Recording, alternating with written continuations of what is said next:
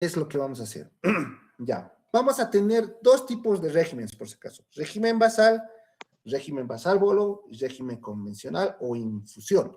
¿Listo? ¿Cómo se comporta cada una de estas situaciones? Como vemos aquí, hay nuestro desayunito, nuestra comidita, nuestra cena y qué es lo que pasa en la noche donde no comemos. ¿Listo? Entonces, en el régimen basal bolo, ¿qué te indica? Nosotros, obviamente, que después de comer vamos a tener una hiperglucemia normal, ¿listo? ¿Ya? Entonces, mayormente esto cuando nos tomamos la argina o de Glutec, tenemos una basal constante del control de la glucemia. A algunos pacientes con esta basal es suficiente, no necesitan bolos, ¿listo? Por si acaso, ¿ya? Pero hay otros pacientes que lastimosamente después de la ingesta de la comida hacen más hiperglucemia y no la puede controlar su parte basal ni su parte metabólica como tal. Por tal motivo hacen parte de un bolo. ¿Quiénes usamos en la parte de bolo? Pues a las famosas ultra rápidas, ¿ya? Que puede ser una Lispro, puede ser una, ¿qué se llama esta situación? Uh, puede ser, por ejemplo, la Lispro o la famosa regular, claro que administrando un poco antes, porque la Lispro hacia los 15, la regular hacia la media hora, ¿no? Entonces en ese caso se le pasa el bolo. ¿Listo? Entonces hace la hiperglucemia, le pasamos un bolito y evitamos que nos haga piques hiperglucémicos, ¿ya? Eso se llama el famoso basal bolo, que es el que más se utiliza en un paciente con diabetes o en sus primeras etapas, ¿listo? Luego vamos a tener el régimen convencional o famosamente regular. ¿Qué quiere decir esto? En esta es mayormente la que usamos con NPH. Como les he indicado, la NPH, que es una intermedia, pero la seguimos usando como prolongada, tiene un movimiento de montaña. No es como aquí, como nuestras basales, que está constante. No. Aquí el paciente toma y empieza a hacer su efecto de acción, mantiene un pico y va a mantener constante controlando mi glucemia hasta cierto punto. Y cuando ya empiece a bajar, ese rato yo tengo que dar mi otra dosis. ¿Listo? ¿Cuál es la característica? Que, por ejemplo, aquí, por ejemplo, cuando hay un pico en la etapa del desayuno y no tengo todavía que mi NPH está haciendo su 100% de acción, ahí es donde yo puedo pasar un bolito. ¿Listo? Un bolito de famosa regular, ¿ya? De la regular, que sabemos que tiene un tiempo un poquito más prolongado y es un efecto de acción a la media hora. ¿Listo? Entonces yo si inicio antes de mi desayuno, me administro mi NPH y me administro mi regular, tomo mi desayunito con calma, entonces no voy a tener pico hiperglucémico. ¿Me dejo entender? Y cuando, digamos, yo ya esté, digamos, por la hora de la cena, me administro mi NPH, inmediatamente 2 minutos después mi insulina cristalina, ¿ya? O regular, yo lo voy a tratar de cristalina porque es como la conozco más. Cristalina, como tiene un tiempo de acción a las 1 o 2 horas, entonces no me va a hacer hiperglucemia cuando cene, ¿listo? Y voy a tener un mejor control de de mi diabetes. ¿Qué es lo malo de este método? Como pueden ver, hay muchas montañitas de sube y baja, sube y baja, sube y baja. Entonces, mi riesgo de hiperglucemia es mayor. ¿Listo? Este método es el que un poquito podemos usar más aquí en Bolivia, no porque sea el ideal, sino porque no tenemos recursos. ¿Ya? Lo ideal sería pues, usar la argina, Declatec, ¿me entienden? O ultra rápidas, pero no tenemos en Bolivia. ¿Listo? Motivo por el cual es el que más o menos nosotros nos ajustamos a esto. ¿Ya? Y por última, la que se utiliza en países como en Estados Unidos, como les digo, ustedes no, espero que no sean una isla y puedan salir a otros países, van a ver las bombas de infusión. ¿Cuáles son bombas de infusión? Son como cajetillas, como cinturoncitos que uno se coloca aquí en el abdomen y constantemente está pinchándote. ¿Listo? O sea, constantemente está administrando una dosis de insulina, sin que te des cuenta. ¡Pah! Te da un pequeño piconcito y ese es el momento en el que pasa. Y más bien cuando ya sabes que hay ingesta de comidas, utiliza otro bolo de infusión rápida si lo ves necesario o si en tus controles sale eh, uso de la misma y te colocas. ¿Listo? ¿Qué es lo malo? Que dependes mucho de los bolos. Muchos bolos de acción ultra rápida y como les digo, la infusión continua, que es de estas maquinitas especiales, es variable, ¿no? O sea, la programación electrónica tiene que ser muy buena, cosa que no sé si se hará aquí en Bolivia, pero sí en otros países, ¿listo? En los Estados Unidos usan mucho de estas maquinitas de bomba de infusión, más que todos los pacientes diabéticos tipo 1, por si acaso. ¿Por qué? Porque son los que más constantes necesitamos tener un manejo adecuado de la pulsera.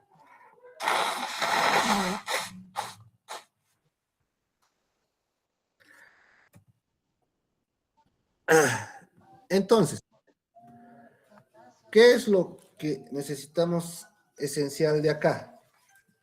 Gracias. Vamos a ver dos efectos, ¿ya? Un segundito, por favor. Sí, un segundito, por favor.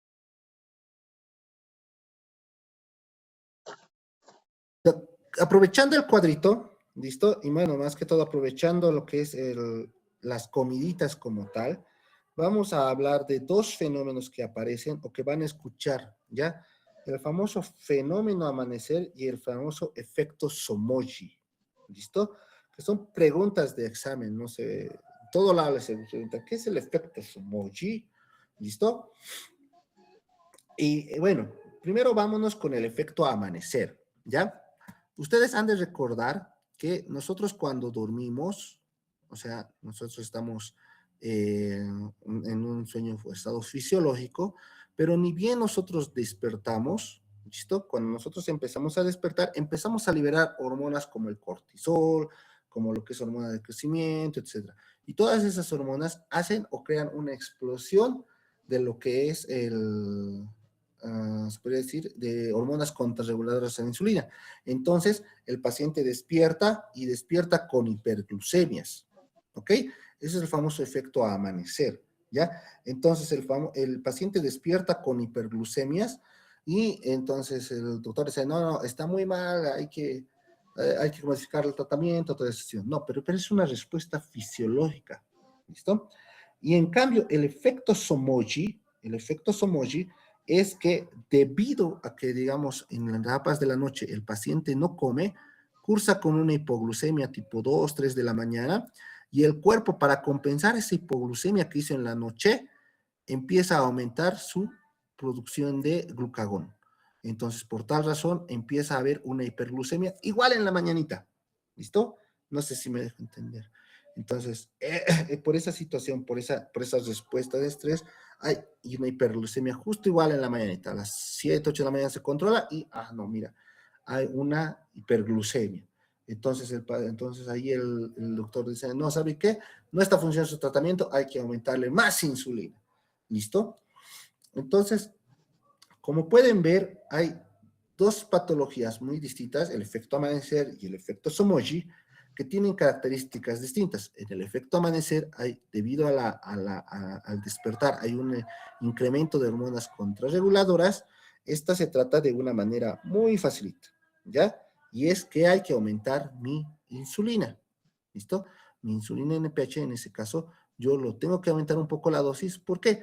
Para que así, digamos, las hormonas en el efecto, en la amanecida, como sé que va a haber un pico hiperglucémico, ya la pueda controlar.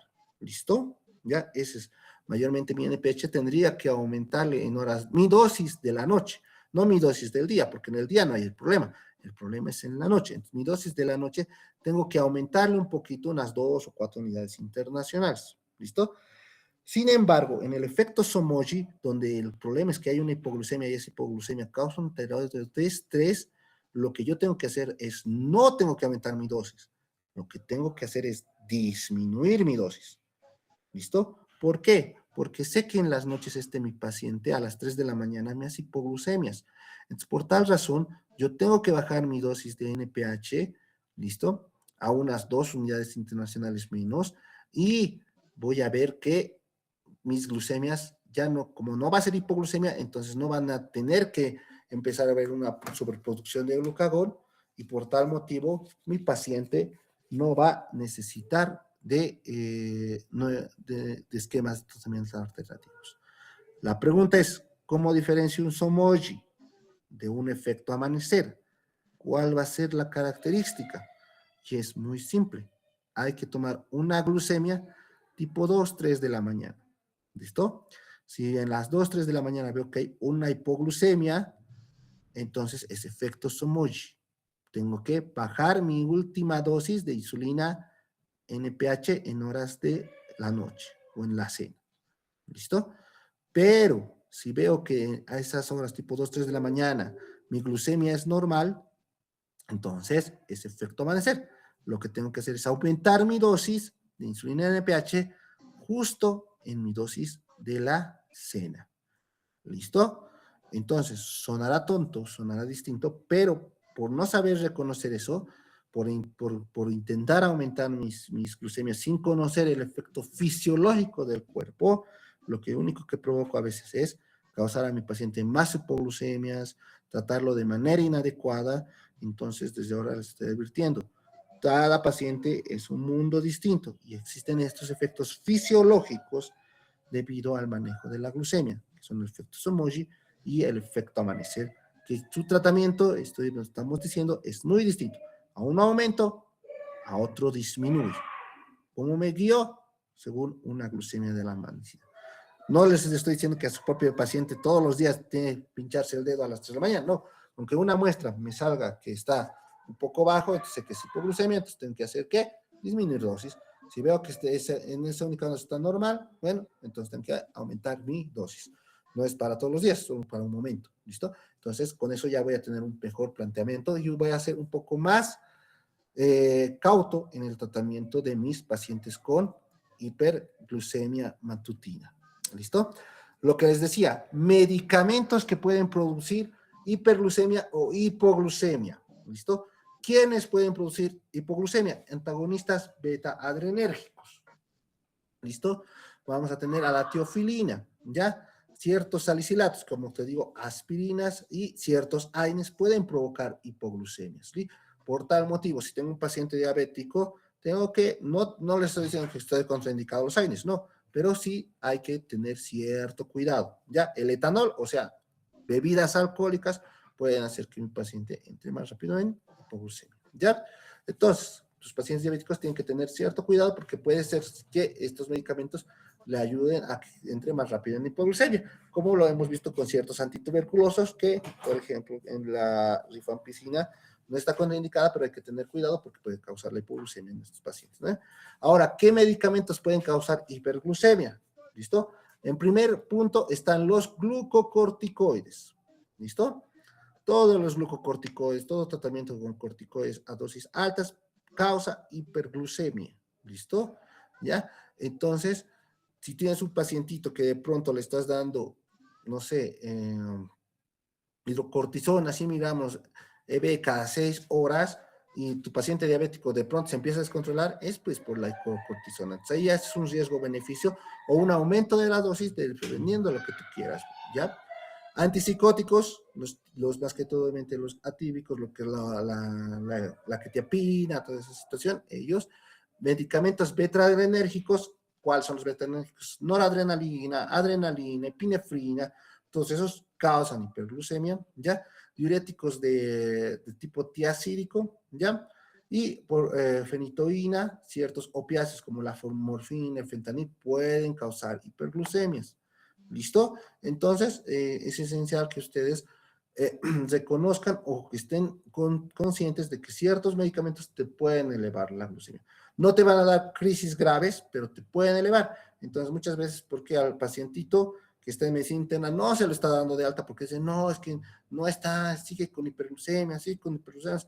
¿Y qué le están dando? No, es que toma fenitoína desde hace como desde toda su vida. Y no será por la fenitoína que está haciendo hiperglucemias. Puede ser. Entonces, ahí hay que incrementar dosis, asociar medicamentos, ¿me entienden? Entonces, todas esas cosas ustedes tienen que estar conscientes. Las zonas de inyección, como les digo, puede ser en cualquier lugar donde podamos tener una vía subcutánea intramuscular prohibida y, como les digo, la única endovenosa sería la regular, que es la cristalínica. ¿Listo?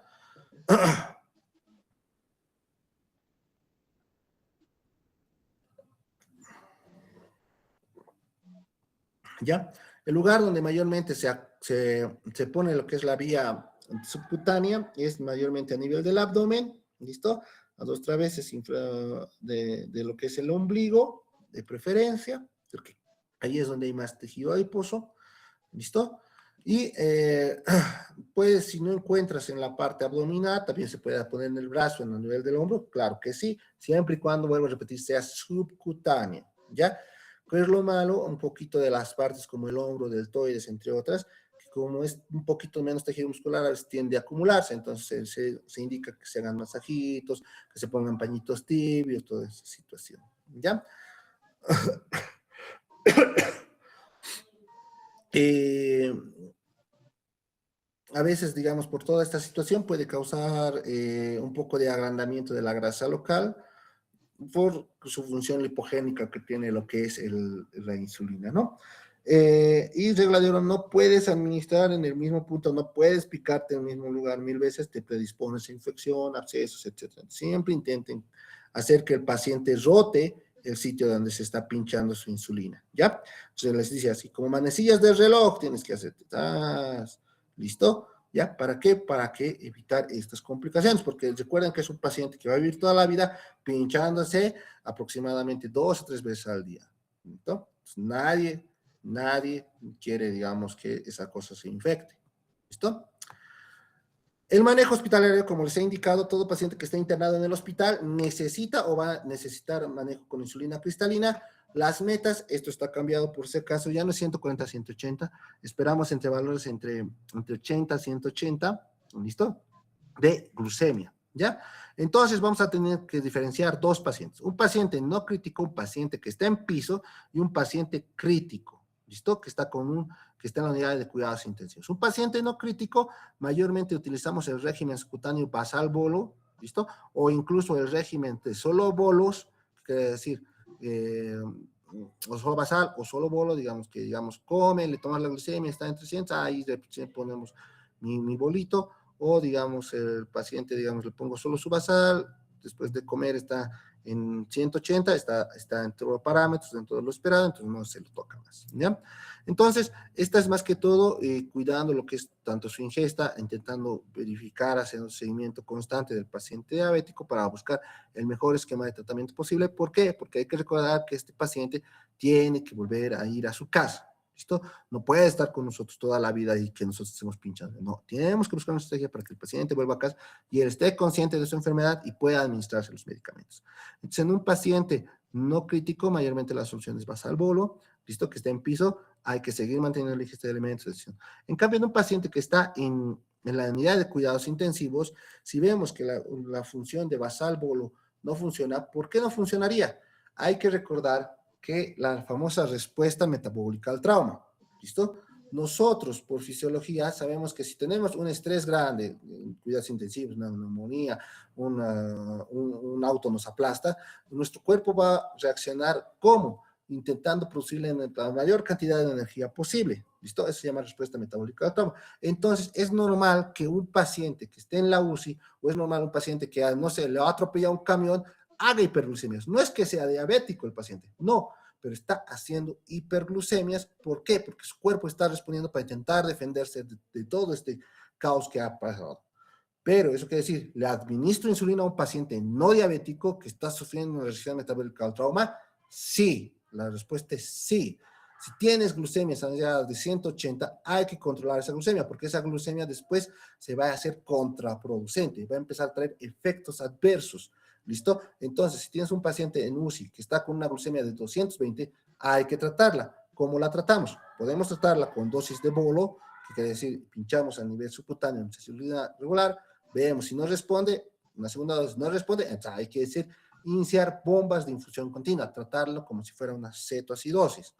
Me dejo entender, hay que empezar a utilizar bombas de infusión continua. Esa es la diferencia de un paciente que está en piso, donde un poquito puedo observarlo con más calmita, a un paciente que está en UCI, que yo necesito infundir ahí gota a gota mi insulina cristalina.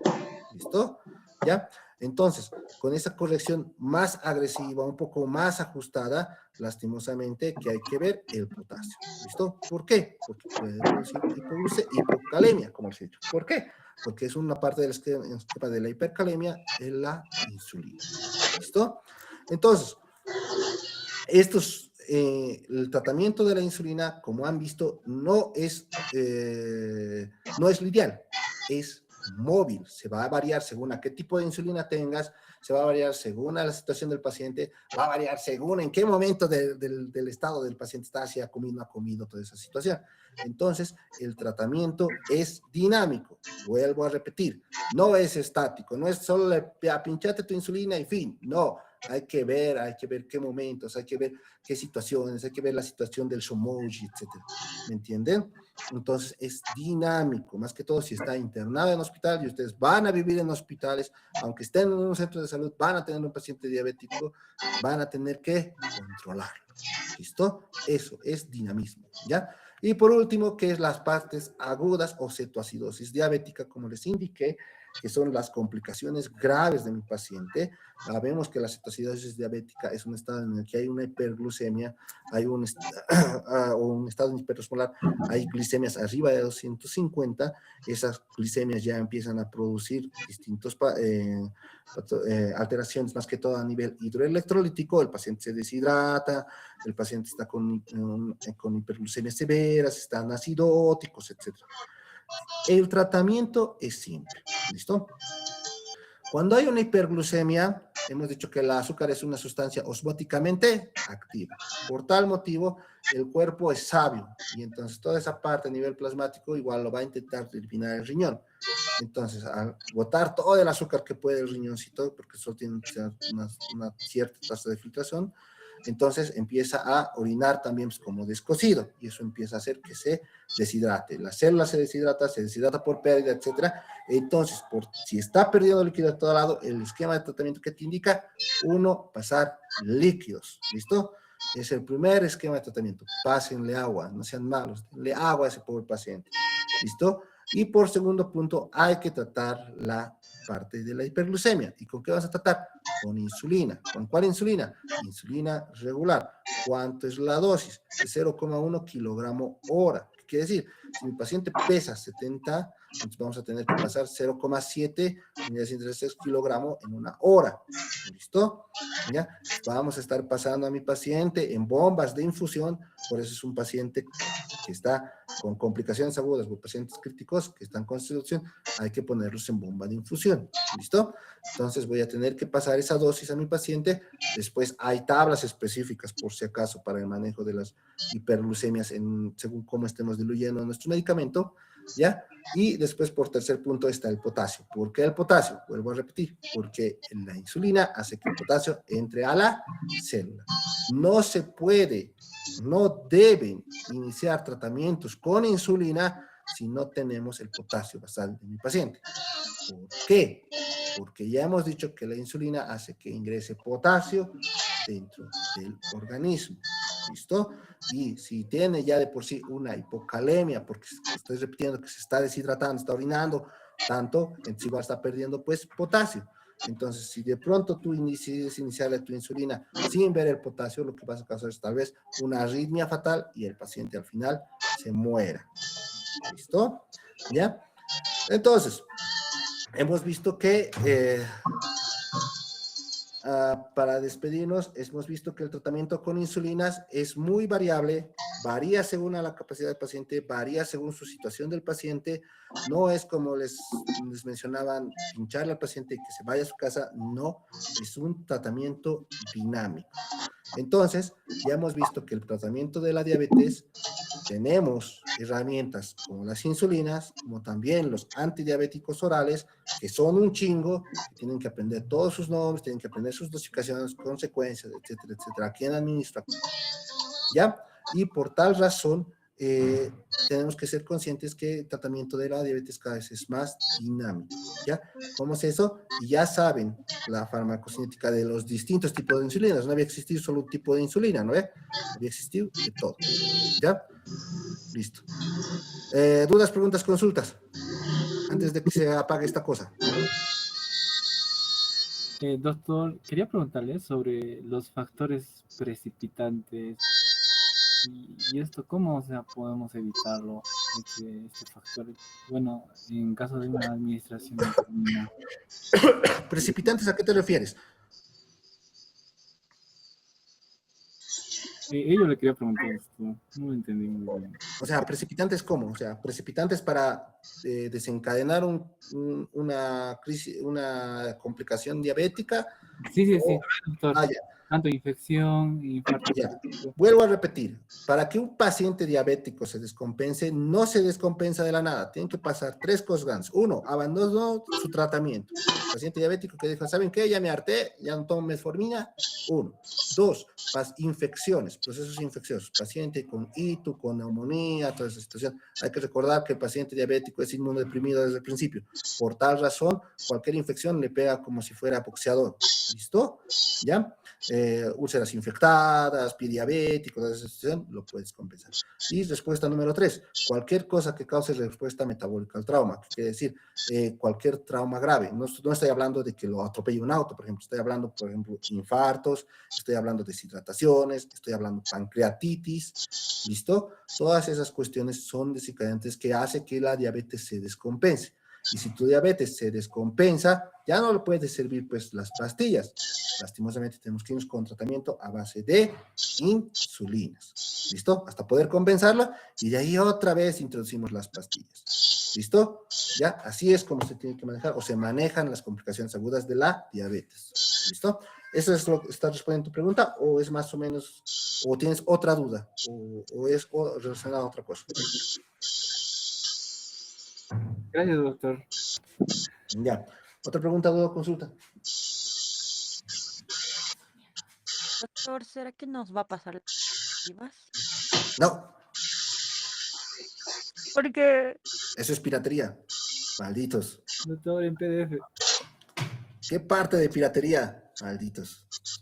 Ya. Otra pregunta relacionada al tema.